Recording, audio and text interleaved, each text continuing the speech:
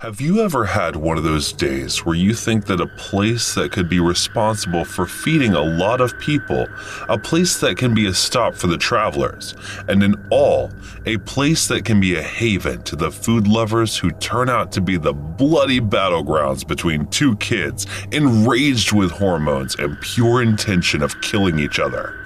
And to bear witness to such monstrosity as a child is something of a trauma that I just cannot seem to get over with, even though now I have learned to cope with it. But there are nights when the incident of a night in McDonald's haunts the life out of me. It was the damn 80s. Everything was changing in front of our eyes. Life was pacing at a speed where you had to either catch up or get left behind. And I was not the one to get left behind. I was a kid. I must have been 12 or 13. Pretty grown up and pretty much capable of imagining the scenarios in the most vivid way possible. I had a friend, Carl. Carl had the same interests and we hung out a lot and talked about a lot of things. Star Wars, basketball, and a lot of science stuff. We were practically nerds. Carl, like every boy in the school, had a crush on Sydney, but I don't think Sydney knew it because Sydney probably knew that the whole school crushes on her. So in the vastness of school where there are artists, jocks, and practically everyone above than a nerd like Carl and me. So Sydney probably didn't even know that Carl exists, but Carl was in love with her. At least that is what he said to me. I told him to confess his feelings about her. He refused, and I told him, "Look, man, there's nothing to lose here, is there? Sydney probably doesn't even know that you exist, so the worst that could happen is that she will say no, but even then, it is the best thing that she will know you."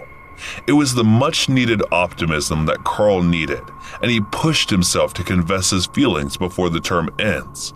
And he decided to act on my motivation, and mustered enough courage to go and tell her everything. He went on to confess everything, and as he walked over to her, she said, "Oh, hi, Carl." He came back and told me that she knew who he was, and she wants her help with the project. It was a great day for my friend Carl. The guy loved her for so long, and now finally, he had the chance to be with her. He waited for her at her home. It was really amazing that a girl like that would have anything to do with us, the geek and nerds. It was something unbelievable for us. The next morning, I waited for him to tell me what all had gone down, and then he said she never showed up. I consoled my friend and told him that it's all right. Maybe she was caught up, and then he said that he saw her walking into the neighborhood McDonald's when he was running an errand. Carl was angry and wanted to confront her about it, but she wasn't in the school. And then an emergency assembly was called, and it was declared that she was murdered last night. This was something that put my friend into shock, and he couldn't even process his grief, so he stayed silent for a while, and then walked out of assembly. And probably because he was the last one to see her, he quickly decided that there is something that police should know, and straight away walked out of the school and told police about seeing Sydney enter McDonald's late. Carl was an emotional wreck. And then one day, after missing for a week of class, he came back and told me, "It is the cashier at the McDonald's. He killed her." I told him he was being irrational if he did that. The police will catch him. He should inform the police about it, and then he said he did, but they don't believe him either. He said, "I just want you to be there when I confront him."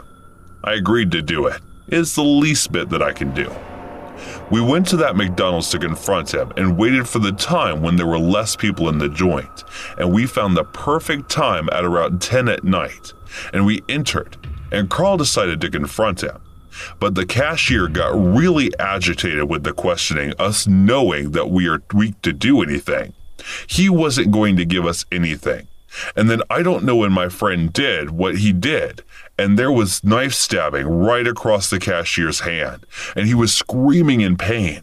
And then my friend took the knife and put it around his neck, and then the cashier retaliated and was now punching Carl, but then Carl stabbed him again. But this time, the knife fell out of his hand. Without a weapon, intimidation is something that neither Carl was good at nor me. But then, in the gist of things, Carl took a revolver out of his sock and pointed toward the cashier, and he stopped in his path and looked at us in fear. And Carl screamed, "Admit that you killed Sydney." And I was taping the whole thing for the evidence, and then he said, "Yes, I killed her. I didn't mean to. She came in looking so hot and beautiful. I asked her where she was going, and she said that she was meeting a potential future boyfriend, and I said that I'm going to be her boyfriend. She said no." As the man kept on talking, I saw that my friend was tearing up about the thought of the future the man just robbed him of, and he continued, "But she wouldn't just listen to me, and I took her to back alley, and my friend Jerome there helped me, and we decided that, have her if we can't really have her, so we drugged her burger and took her to the back alley and dropped her in our van."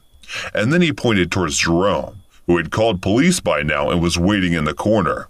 The man was confessing everything, and then he said, "And then we took turns on her. It was me first, and then Jerome. We forced ourselves upon her. I'm sorry, man. It was all in the moment when I realized what I had done. It was too late. I choked her." And then the man, bleeding from his mouth and in the most psychopathic laugh ever, laughed and said, "Jerome, didn't ever gotta go." My friend was now in range, and he put the gun point blank at his head and shot him without hesitation, without feeling anything but rage. Even the dead man possessed his death late, and there was fear in his eyes as he was looking up at Carl, a 14-year-old kid with only vengeance in his eyes for the lover he lost. I was in shock. No words came out of my mouth, and I just stood there doing nothing. But Carl got up and said, "Hey, Jerome." Jerome looked at him, and without hesitation or anything, Carl shot Jerome the same way he did the cashier. I was in the corner where the cashier was shot. I couldn't process it. Police came in and arrested both of us, but prison was out, so a detention facility was marked for both of us. The evidence they found proved that the cashier and Jerome were responsible for Sydney's death, and this helped us gain some sympathy in front of the jury, and we got 3 years in juvenile detention center. It took my friend every bit of detention to get over what happened. We changed the cities, but we never let go of our friendship. And in a way, I don't think we will ever forget about Cindy too. Hey guys, thanks so much for all the support. If you haven't subscribed to the channel yet, please feel free to do so.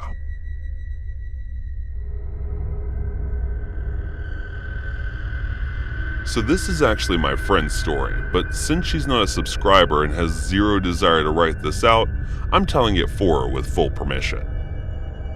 A few years back, she matched with a guy on Bumble, and the two of them really hit it off. She said they were flirting back and forth for quite a while, and it got increasingly hot and heavy, until they were basically saying some pretty lewd things back and forth over text messages. According to her, she was super into it. He was kind of aggressive about it, but in a really hot way, like he seemed to know exactly what to say at any given moment. He's real confident, real cute, so they're soon arranging to meet up for a first date. Only the thing is, when she actually meets the guy, he seems super shy. Like the total opposite of what she was expecting, given the way in which the pair had been talking. That's not a huge red flag. I mean, I guess he could have been kinda shy about it. Some people talk a big game, and when it's a lot to live up to, besides, my friend is feeling the exact same way. So she just powers through and gets started with some regular sort of conversation.